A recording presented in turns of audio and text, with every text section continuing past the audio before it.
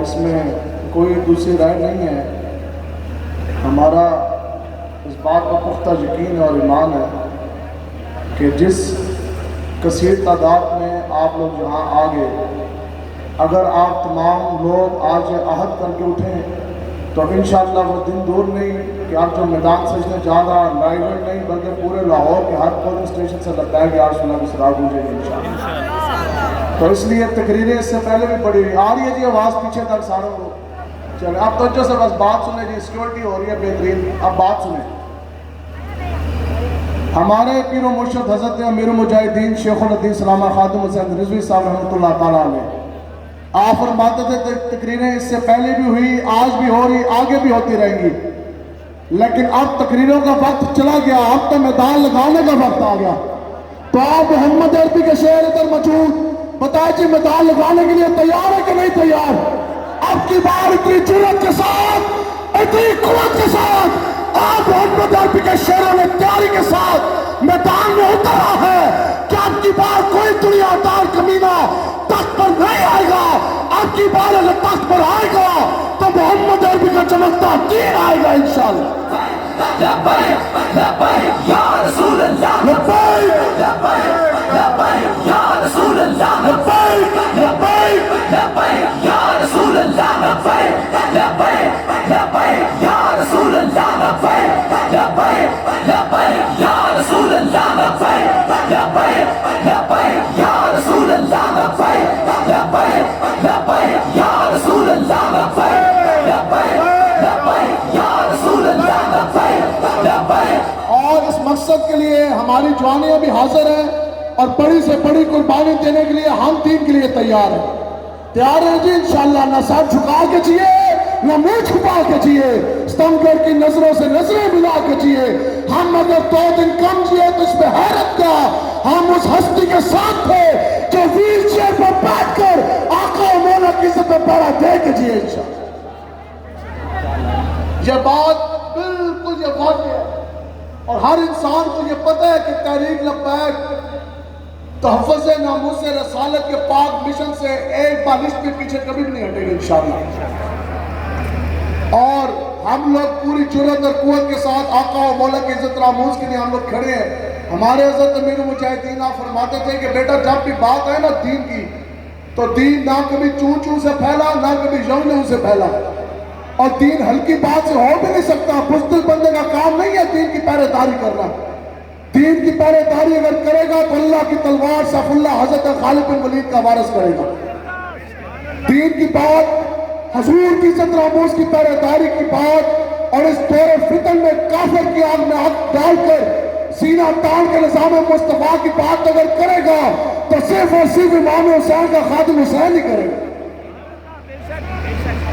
تو اس لیے یہ بھی صرف ملک پاکستان نہیں، یہ پوری واللہ پوری دنیا کی جماعتیں اس بات پر متفق ہیں. ان کو یہ پتہ ہے کہ اگر کوئی جماعت ملک پاکستان میں برسر اقتدار آنے کے بعد اگر وہ تخت پر دین مصطفیٰ لے کر آئے گی تو وہ اور کوئی جماعت نہیں ہے لبیک والے ہیں انشاءاللہ. ٹھیک ہے جی. اور دین کی بات ہوتی کیسی ہے جی یہ بھی سنیں. اس پہ ہمیں فخر ہے، فخر ہے نا جی ہم لبیک کا حصہ ساروں کو. ایک ڈیلیگیشن، ایک وفد گیا مسلمانوں کا مذاکرات کے لیے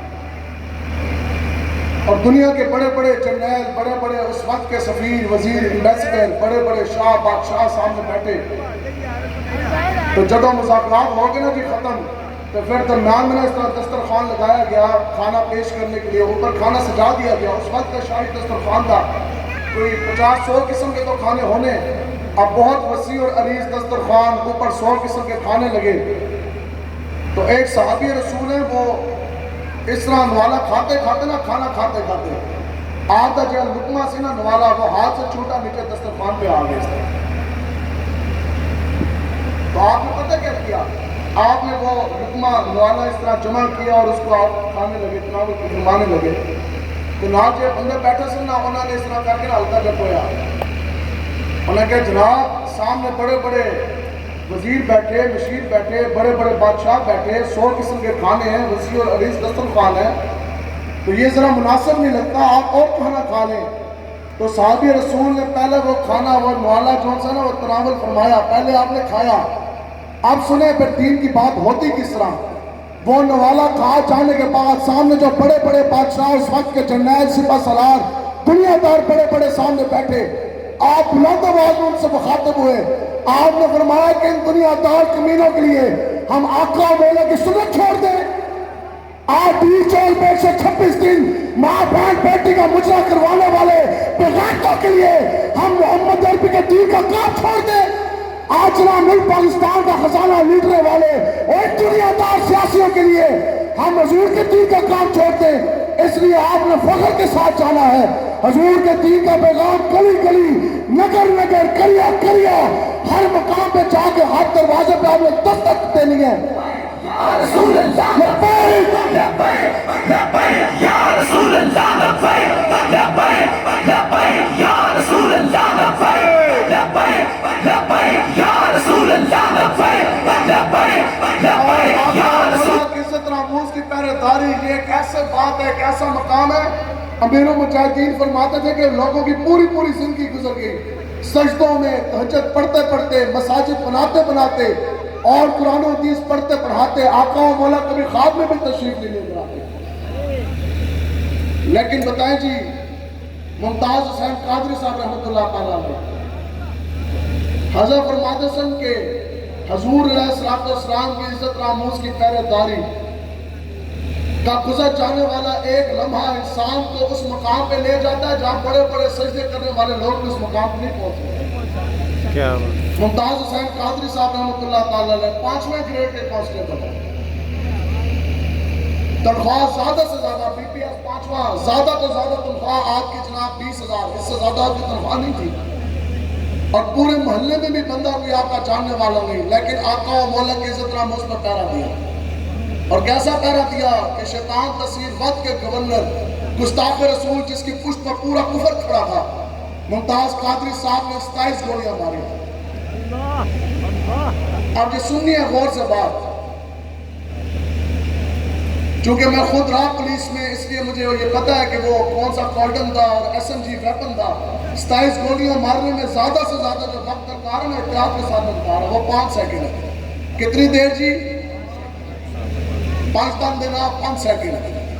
5 سیکنڈ ممتاز قادری صاحب نے آقا و مولا کی عزت ناموس پر پہرا دیا۔ 5 سیکنڈ سمجھے ہو جی؟ ابھی آپ اور ہم سے کیلکولیٹر ابھی ایسے دانوں کا ہی نا کیلکولیٹر کڑا موبائل آنے تو بتائیں جی آپ کی زندگی کتنے سیکنڈ ہے؟ تقریر مک جانی، سیکنڈ پھر بھی برابر کوئی نہیں ہونے، لیکن دل ہے وہ دل جو تیری یاد سے معمور رہا، اور سر ہے وہ سر جو تیرے قدموں پہ قربان گیا۔ 5 سیکنڈ دیے جی آقا و مولا کی عزت ناموس کی پہرے داری۔ 5ویں گریڈ کا کانسٹیبل 5 سیکنڈ آقا و مولا حضور علیہ السلام کی عزت ناموس پر پہرا دیا۔ اب جناب ہتکڑی لگی، پرچہ کٹا، 302 لگی، بعد میں دہشت گردی لگی، گسار تھانہ ہے، اس کے بعد اڈیالہ کی جیل۔ تو جدو آپ اڈیالہ کی جیل کے اندر گئے نا جی، یہ وہ بات ہے کہ امیر المجاہدین فرماتے سن کہ اسی کوئی لگے لگیڑ کوئی نہیں، اسا مالکہ لے اور مالک نہ ساڑھی کڑ لگن دیں دینے اور نہ ہی مالکوں نے کبھی ہمیں بیاس رکھ رہا۔ آپ لبیک والے جتنے یہاں تشریف فرمائے، بتاؤ جی ہر کسی نے کریک ڈاؤن کے اندر سختیاں برداشت نہیں کی، جیلیں کاٹی، ٹنڈے کھائے، شیلنگ آنسو گیس جون سی ہے وہ بھی بھگتی، اور گولیاں سے سینے چھلنی کر دیے گئے، سید زادیوں کے منہ پہ تھپڑ مارے گئے، علماء کرام کی داڑیاں نوچ ڈالی گئی، چادر 4 دیواری کا تقدس پامال کیا گیا، ظلم و ستم کے پہاڑ ٹھا کے کھا دیے، لوگوں کے کاروباری مراکز 6 مہینے لوگوں کی دکانیں میں بند رہی، کتنے کتنے ماہ لوگوں کے گھروں کو تالے لگے رہے، لیکن سب کچھ ہو جانے کے باوجود دل کے ہاتھ رکھ کے سچ سچ دس، سب کچھ ہو جانے کے باوجود بتاؤ کہ چاس آئی کہ نہ آئی، اس لیے ہمیں کبھی کوئی پریشانی نہیں، اسی اگر ہتکڑی لگی تو پھر بھی لبیک، پرچہ کٹے تھانے چاہیے، جیل چاہیے، پھر بھی لبیک یا رسول اللہ۔ ہم تو جاتے ہوئے بھی مسکراتے ہیں، آتے ہوئے بھی مسکراتے ہیں، بلکہ جدو بندہ جیل تو آئے تو چہرے کے اوپر اور زیادہ رانائی، اور زیادہ چمک آ جاتی، ایمان اور زیادہ قوی اور پختہ ہو جاتا ہے۔ تو غازی ملک ممتاز حسین قادری صاحب رحمۃ اللہ تعالیٰ علیہ، آپ جب گئے نا اڈیالہ کی جیل کے اندر تو پھر ایک مفتی صاحب آپ سے ملاقات کے لیے گئے،